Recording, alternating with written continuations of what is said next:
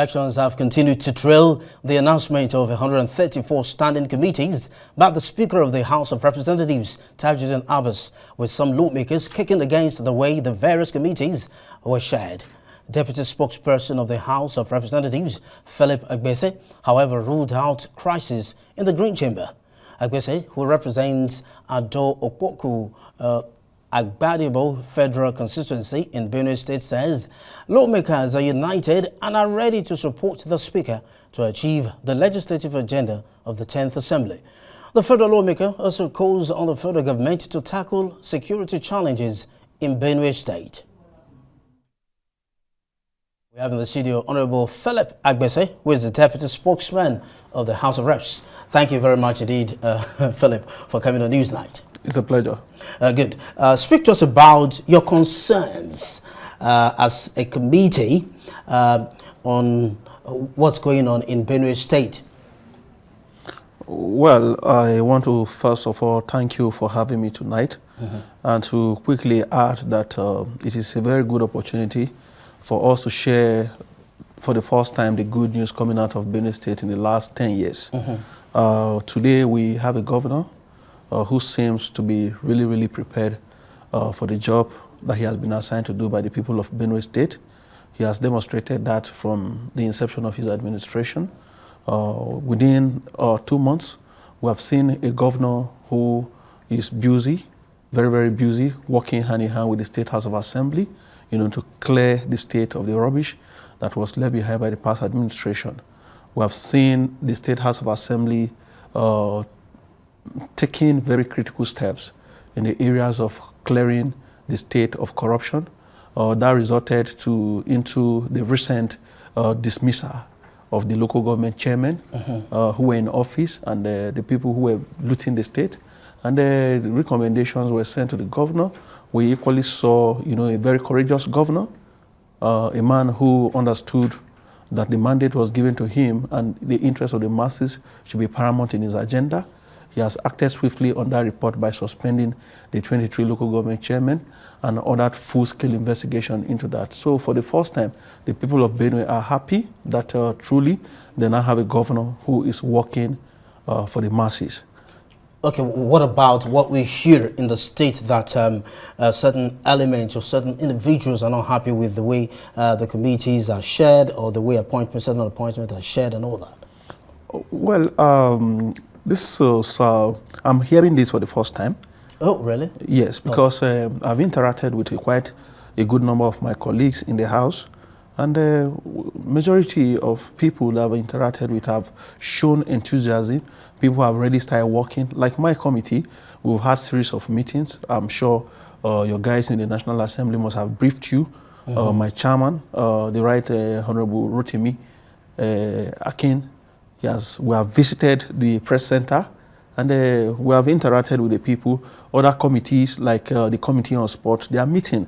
And at the moment, the House is carrying out oversight functions even though we're on recess. So every day we see people, with that level of excitement, working hard, to make sure that we deliver on the legislative agenda of the 10th Assembly. So, so far so good.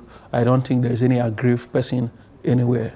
Okay, now it's a good thing that you are part of the committee having the oversight function. When is your oversight function going to take you to Benue State, and what sort of support should the state expect from the federal government in agriculture? Well, at the moment we have about 12 ad hoc committees carrying out different forms of investigations. Right. I'm sure you've seen the one on investigation of IPPIS, the one that deals with employment and job racketeering in the Federal Civil Service. I'm a member of the TED Fund investigation, and my team is visiting Niger State tomorrow. We'll be visiting Benue State sometime next week not to discuss agriculture, but to discuss federal government projects, TED Fund projects across the higher institutions, and I'll be part of that team. I wouldn't want to preempt what we are going to see on ground, but so far so good. I think the House is doing well. Now you mentioned agriculture. Yes, Benue, the food basket of the nation.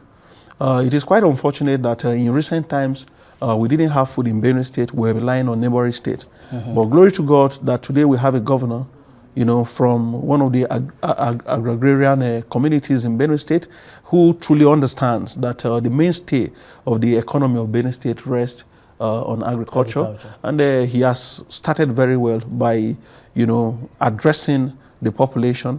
He has been engaging the various strata of the Benue community, talking to the youth, the women, and the various groups, the farmers, the civil servants. He's addressing issues with the civil service. He's addressing issues with the local government. And we have seen, interactions between the governor and the local communities in Benue State. We have seen interactions between the governor and private investors who are coming in to put their money into agriculture. And the recent visit of the governor to the vice president, again talking about agriculture, how to improve, is a clear sign that yes, the state is on the path of prosperity. And if he continues in this direction, in less than no time, the people will begin to celebrate Benue once again for what we used to be known for. Having said that, one of the major problems that we had in the past was the problem of insecurity, because our farmers were not able to go to the farms, and because they were not able to toil the land, and the lack of mechanized farming and bad roads, for them to be able to transport this produce from the rural communities to the urban centers. I think it was a sort of discouragement. But today, with a governor who has been able to identify the need, for mechanized farming, the need for agricultural inputs like fertilizers, and the need to give farmers certain incentives that will help boost food production in the state. I think it is a very good one. That will not only help the citizens of Benue State, it will help the entire nation.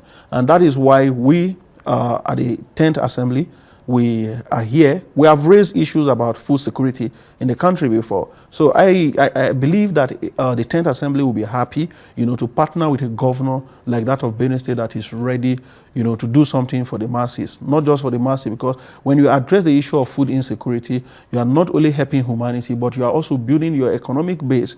And as a state, we rest squarely, on these economic principles. So the last administration, it got to a point, it got so bad that civil servants were told, to return back to the farm. But they were not given the tools to take to the farms. They were not given necessary farm inputs to take to go back to the farm. So what he is doing today is a sharp departure, from yesterday. So if he continues in this direction, like providing incentive loans to farmers, it's going to be a national thing.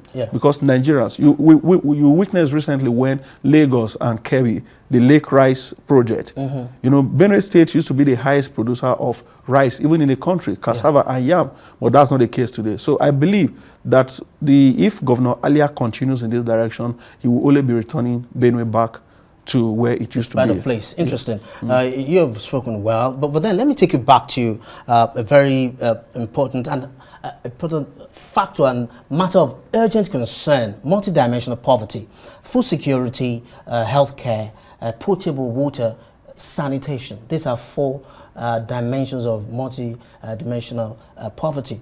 So food security comes first. Would you say that state governors, because if we want to address multidimensional poverty, we need to tackle it from the grassroots, and state governors have been accused of not doing enough in this regard. What are your assessments of Benue State in terms of addressing multidimensional poverty, especially regarding food security? Well, I wouldn't want to dwell so much on Benue State since I've been elected into the National Assembly to represent Nigeria. But what I know, in the 10th Assembly, we are very, very much concerned as part of His Excellency Right Honorable Tajuddin Abbas' legislative agenda and what the entire House has adopted for the country. We mean well for this country. We want to partner with every segment of the Nigerian state, every critical stakeholder, like the federal government and even the state government, to ensure that we address the issue of poverty, we address the issue of youth restiveness, that we address the issue of hunger in the land. Just about an hour ago, my chairman, Honorable Rotimi Akin, sent out a congratulatory letter on behalf of the House to the Tigers, the Nigerian female club. Yeah. You know, they just did something very Right, good yeah. at the world stage. So for us as a house, we want to tackle the issue of agriculture, the issue of poverty and hunger in the land in a very holistic way. And in doing that, that is why the 10th Assembly has come up with, you know, we're unveiling the 10th Assembly legislative agenda, which is, you know, encompasses every segment of the Nigerian state, every federal constituency in the country. So back to Benue, those of us who are members from Benue, we will be tilting our constituency projects, you know, towards agriculture. Okay, then let me quickly butt in because we're rounding off. Let me butt in here. It's a good thing that you have a holistic approach to this. So your tentacles are spread all over the country because you're representing, you're at a federal level. Okay, Yes. so how then can you use your good offices to encourage state governors, not just Benue state governors, to go into partnerships with investors within and outside the nation so as to boost the strength of our food security as a nation? Yes, as comrades, we have pledged, you know, our total and all alloyed support to the Nigerian state, vis-a-vis the instrumentality of the federal government through His Excellency President Asiwaju Bola Ahmed Tinubu. Right. As a house, we have decided, you know, to collaborate with the executive towards ensuring that every federal government policy, you know, in terms of agriculture or policies that are geared towards ameliorating the sufferings and challenges bedeviling the average Nigerian citizen is addressed frontally. So in doing that, we'll be talking about oversight functions. We'll be talking about lawmaking in terms of bills and motions. And if you have listened or watched some of our activities in the 10th Assembly, you realize that, yes, this is an entirely different assembly because we have been able to bury our individual interests as members. What we now have is an assembly, you know, that is working for the masses of the country. Yeah. And that's why if you look at motions and debates in the House, they've been very fair. You know, people have been able to express themselves. Again, remember that we have our representative function, which is to say that, you know, during the recess like this, people go back to their various constituencies, relate with the people, and return back when we return for full parliamentary business, you know, to discuss the feelings of their constituencies. And these things, we are going to bring them back to the table where these issues will be discussed and resolutions will be reached. So as a matter of fact, we are eager and ready to partner, you know, with both public and private sector developers that are ready to go into areas that they will be able to address these challenges that we are facing. And that's why Mr. Speaker has equally, you know, enjoyed all Nigerians to support the 10th House of Representatives in terms of our open parliament agenda. We want a parliament that is responsible to the Nigerian people.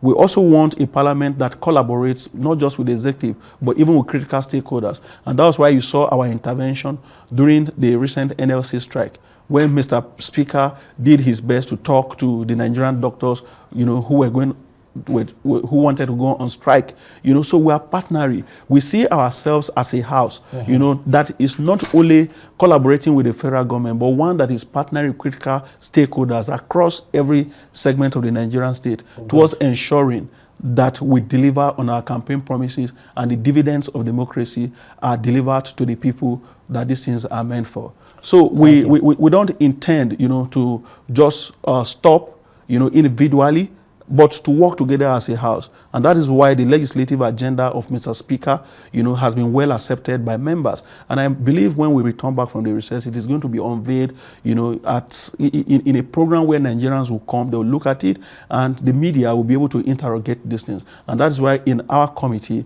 we are ready, you know, to continue to engage the media and speak to the Nigerian people. Phillip Agbese, we will just leave it here. We're leaving it here for now, but then we need you to keep us posted as the events unfold. Thank you very much. I will always be here. The Deputy Chairman, House of Reps Committee on Media, Phillip Agbese, thank you very much indeed for joining us on Newsnight.